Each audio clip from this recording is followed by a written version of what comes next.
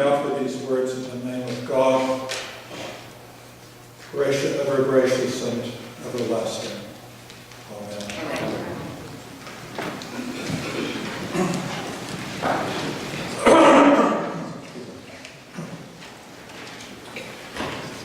You know, at no time during the whole year, summer, winter, fall, spring, does what I would call the main task of, the main mission of preachers, the guys who stand up in here, that is to clarify and apply the teachings, the scriptures of the church to people's lives today and tomorrow, and to offer ways for them to faithfully respond. At no time does that task become more difficult, more challenging than in the 4 weeks before Christmas, what we call the Advent season. To make, for instance, the grim and foreboding figure of John the Baptist, preaching judgment, preaching repentance.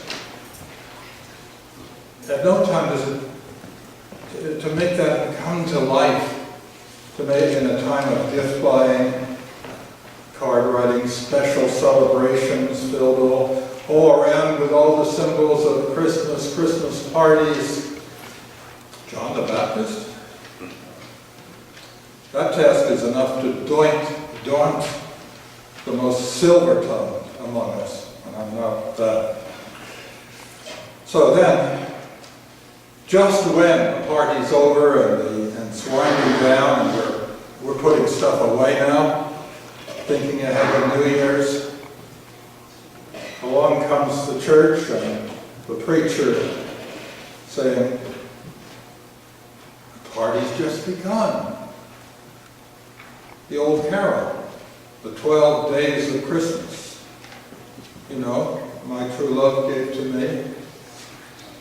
That's not about the 12 days before Christmas. That's about the 12 days after Christmas. Christmas has just started. Oh, I can hear the answer already. You know, we've had so much Christmas already. And I'm afraid we've just about had our fill of it. It's been so exhausting. Couldn't you just give it up and come back again next year? Yeah, but what's that again that you've had too much of? All that gift buying and card sending and Santa and Rudolph and all the parties and the food and the family gatherings and all that. Yes, that's what I thought you meant. I'm afraid we're talking two different languages here. What you're describing is all of the mountain of non-Christian stuff that got thrown in with the Christian celebration of the birth of Jesus. It all makes for quite a party. It's not anti-Christian, most of it. But it's not really about the coming of Jesus and why that's important either. One expert made this observation. He said, I don't think Christmas has ever been primarily celebrated as a Christian holiday. Christmas has never been controlled by Christians. It's never been Christianized, which is probably historically correct. Which is why each year I'm happy to volunteer for the Christmas Day service. And why it would take some arm twisting for an Advent celebration. So here, today, we're out from under, so to speak, the hectic happy holiday is mostly over, and we can reflect on a more proper Christmas. That is the beginning of the story of Jesus. We've been privileged to hear this morning the prologue, the first 14 verses of the Gospel of John. And it's something like the overture to a great symphony. Here we find the direct statement of the way this church, there's these different communities were responsible for different gospels. They took shape in different Christian communities. And this church, this particular early Christian community, which left us the Gospel of John, that's the way it understood Jesus Christ, and it's a powerful statement. It's as if they have said, here it is. This is the way we have known and experienced Jesus Christ. And we have written and retold his story to bring these themes out. Like repeating motifs, light motifs in a Wagnerian opera. Light and darkness. It's all through John's Gospel. His own people did not accept him, right in the plot of the fourth Gospel. Being born not of flesh, but of God. Seeing his glory. It's all there in that prologue, in that overture, and it's throughout the Gospel. Now, most scholars date the Gospel of John at about 60 to 70 years after the time of Jesus, after his death on the cross. And really, it's not so much a time of immediate historical authenticity and accuracy, but more a time of mature testimony to the exalted stature that Jesus of faith had come to occupy in this particular Christian community. And that's why it treats Jesus in the special and unique way that it does. In the beginning was the Word, and the Word was with God, and the Word was God. The true light which enlightens everyone was coming into the world. Very important. In the beginning was the Word, and the Word was with God, and the Word was God, the true light which enlightens everyone was coming into the world. Now, this is not Rudolph and candy canes. This is a meditation, an introduction to something totally extraordinary, and a reflection on what this story would then mean for us all. It's one of those extraordinary moments in the pages of Scripture when the words and thoughts break out in a magnificent intensity, equal perhaps only by Paul's magnificent meditation of the priority of love, and the centrality of love, the 13th chapter of 1 Corinthians. Two of the other three Gospels also contain an introductory section.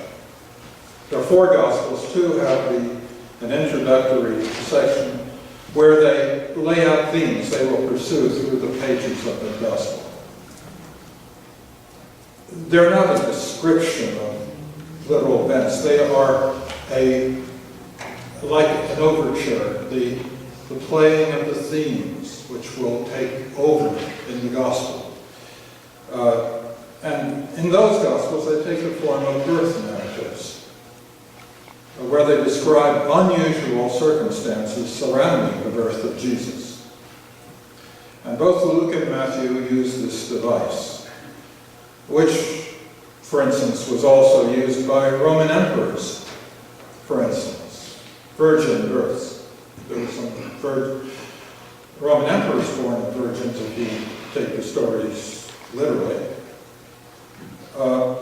Although both Luke and Matthew use this device, a story surrounding the birth, although they shape it out in quite different ways. But here, now we're focusing on John and this beautiful and profound prologue.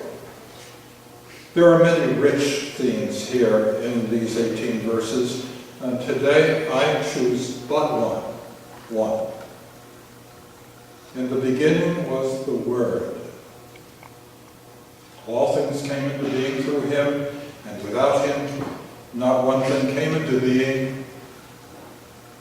The word we translate as the Word is the Greek word logos. Believe me, I've spent many hours studying Greek in the New Testament. It's logos, logos if you want the article. And it's a word rich with meaning in the ancient world. Philosophers suggested there was an active and creative something in the deity. Sometimes it's called the Logos, or sometimes Sophia, wisdom, which participates in God's very creation of the universe. It was a word. It was reasonable. It was rational. And that's important. Now, I don't want to get in over everybody's head in theology here. But suffice to say, what this means is rationality, understandability, knowability was written all over creation. That's what makes science possible, for instance. Now that's what using this word logos implied. In the beginning was the Logos, all things came into being through him. And in a way, that's been the experience of the human race ever since the moment our increasingly powerful brain began to give us the ability to analyze, to look around us and figure out just exactly what was going on. And the amazing thing was that what was going on in what Agatha Christie's Hercule Poirot used to call the little gray cells in our heads, they corresponded so exactly to what was going on around us. Our heads worked. They really worked. And it was a fairly short step from there to Albert Einstein. These heads of ours work on the physical world which we could see. And they began to work also on another world, a world of imagination and creativity, the world of art and music and emotions and beauty, of metaphor and myth. And from the moment we beat on logs and drew on cave walls and acted things out, put masks on and all that, we knew that that world was also there and we could explore it. And then we became quickly convinced, early in our experience of thinking and so on, we became convinced there was a third world. A third world in which we lived and which was really out there, a world we called spiritual, and which we human beings have explored in many, many different ways. Each of these worlds is part of reality. It's built into the universe. In this great poetic statement of John, without the Word was not anything made that was made. And when that universe evolves into conscious life forms, such as ourselves, and with this consciousness comes awareness of these different variations of reality, that's only as it should be. We are aware because it's there, so to speak. And what this prologue is also saying, that it is in the nature of God to make himself known. The Word was with God in the very creation of the universe. In the ways this spiritual dimension allows. God is knowable. God is lovable. God is reachable. The Word was God. He was in the world. He was coming into the world. And so the prologue holds the themes of the gospel, the good news. And when Jesus starts weaving his ministry, he announces the kingdom. That spiritual world has come among us. When he points to the lilies of the field and birds of the air.